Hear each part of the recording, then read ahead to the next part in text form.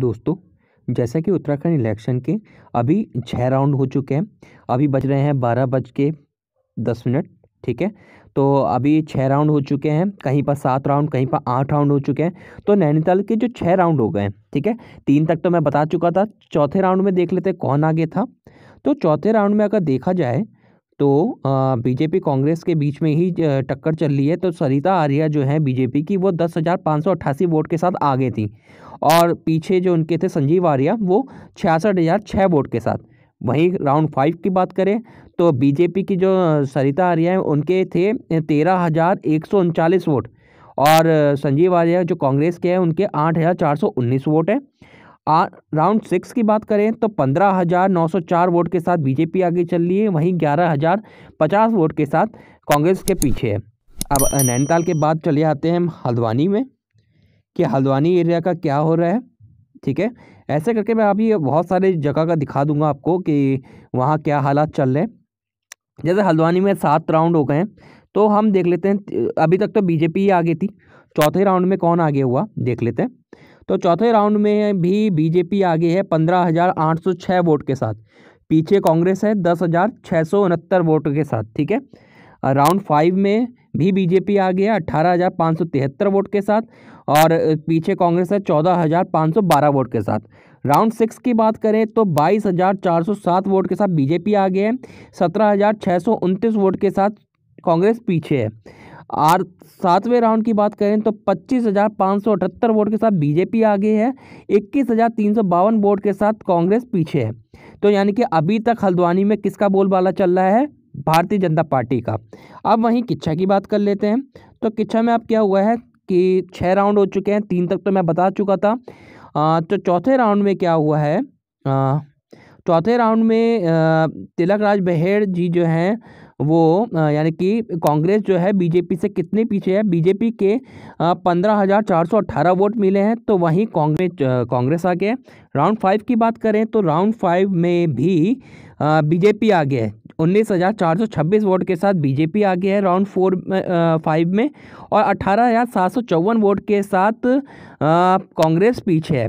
Round 6 की बात करें तो उसमें अब कांग्रेस आगे आ गई है 24,194 वोट के साथ, वहीं बीजेपी जस्ट पीछे है 22,849 वोटों के साथ। ठीक है, तो टक्कर इन दोनों के बीच में चल रही है, कांग्रेस और बीजेपी के बीच में।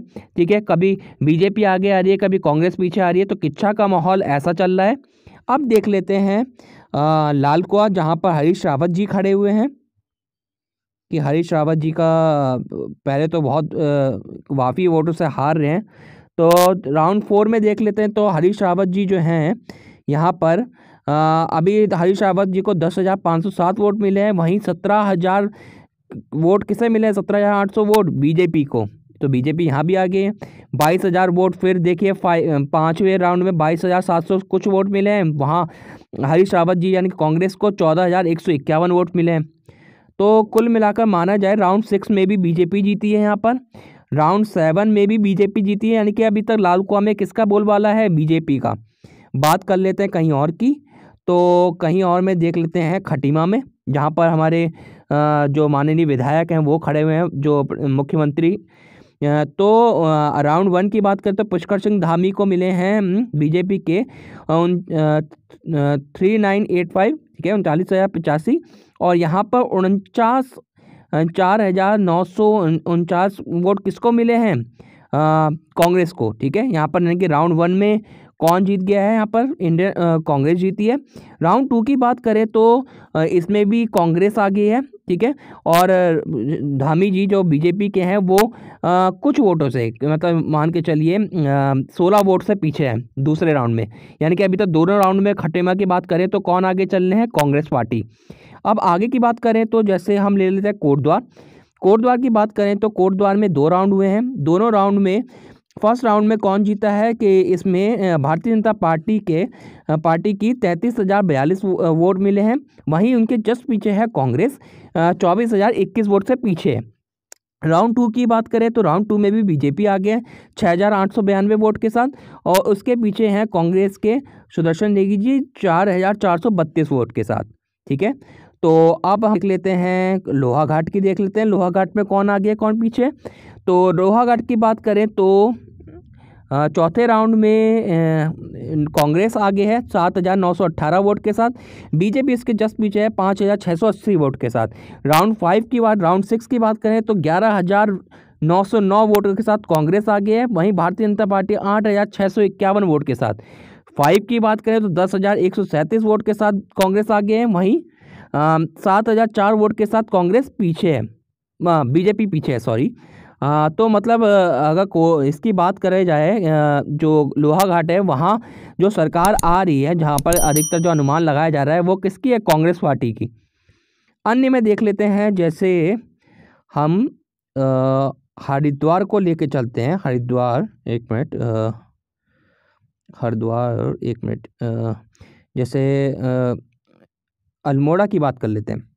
अल्मोड़ा की बात करें तो अल्मोड़ा में 4 राउंड हो चुके हैं। पहले राउंड में बीजेपी आगे है, दूसरे राउंड में भी बीजेपी आगे है, तीसरे राउंड में भी बीजेपी आगे है, और चौथे राउंड में भी बीजेपी आगे है। यानी कि बीजेपी यहाँ पर आगे है, उसको पीछे कौन कर रही है, कांग्रेस कर रही है। अब बात कर लेते हैं, जैसे बाजपुर का ले लेते हैं। बाजपुर में देखें तो बीजेपी आगे चल रही है, ठीक है, बीजेपी नंबर 1 पे है। दूसरे पे लीड कौन कर रहा है, उनको आम आदमी पार्टी के सुनीता टम्टा कर रही हैं, ठीक है। ये पहला राउंड का था। दूसरे राउंड में भी बीजेपी आगे है, ठीक है।